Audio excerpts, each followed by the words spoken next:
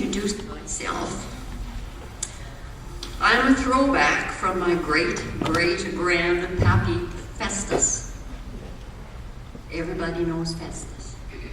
He been the deputy at that there Dodge City. I'm named after him.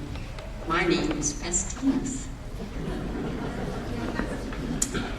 Now, I imagine a lot of you are throwback farmers as well. Put up your hands, don't be shy. We're all friends. There's not a farmer in here. I don't believe it. Where does all the milkers come from?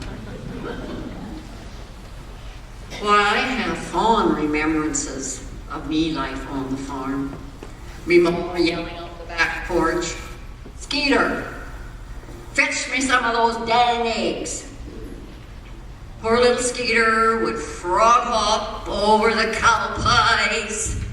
He would be running for the hen house, but that dang old rooster would catch him every time. Hang onto his leg and ride him around the barnyard, that poor little guy. Then you all heard Mom again. "Muley, need more firewood." There goes old Muley, just a-hopping through the barnyard, over the carpet. Sometimes he made it, and sometimes he did shucks.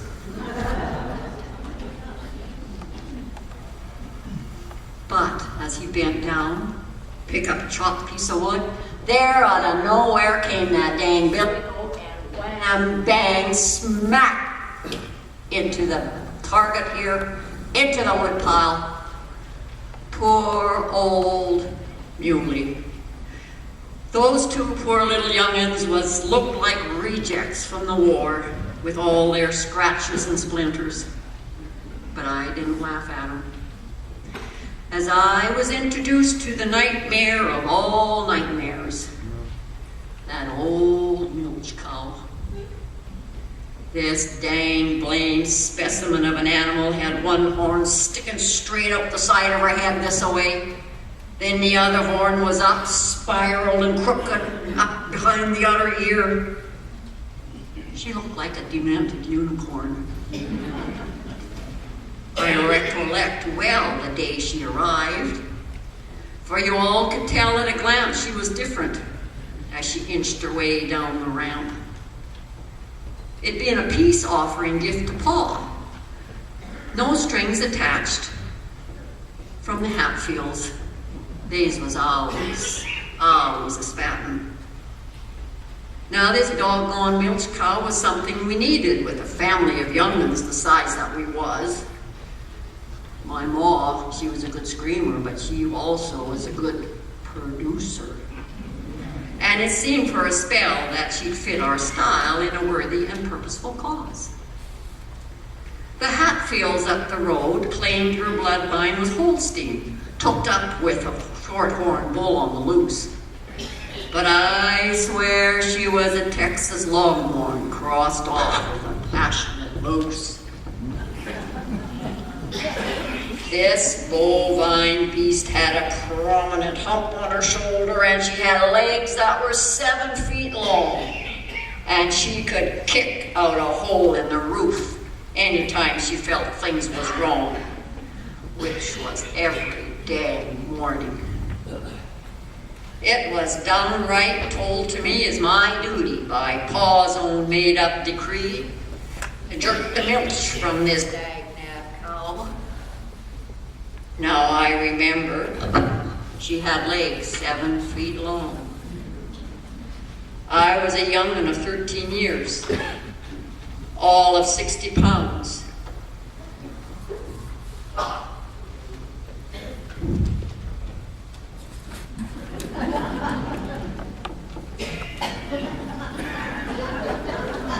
Now, how in tarnation? I was purely wondering how.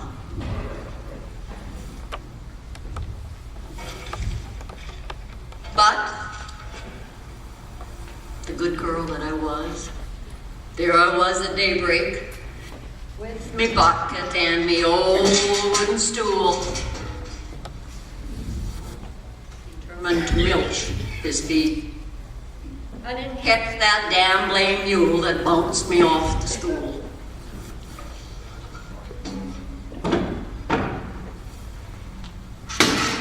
it happened.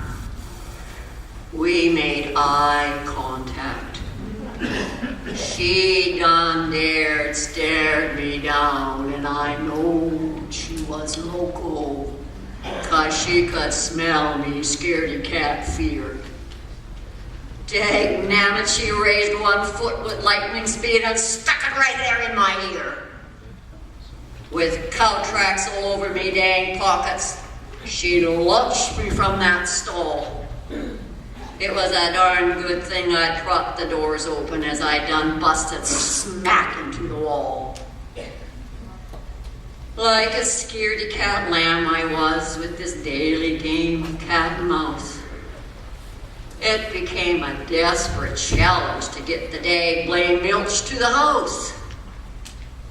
Ma needed milch for grits and to make butter for our bread. Then one rootin' tootin' idea came into me head. How about T-bone steaks instead? You see, a lack of oxygen to her brain was I could surely tell this gutter-dwelling bovine was an advocate from hell. This evil side of darkness all packaged up in hide, with bloodshot eyes that torched your soul and burned you up inside. She became the predator. Stalking. I became her dag prey. She ruled the roost like a gangster until one fateful day. Oh, golly gee willikers. She found the grain bin door ajar.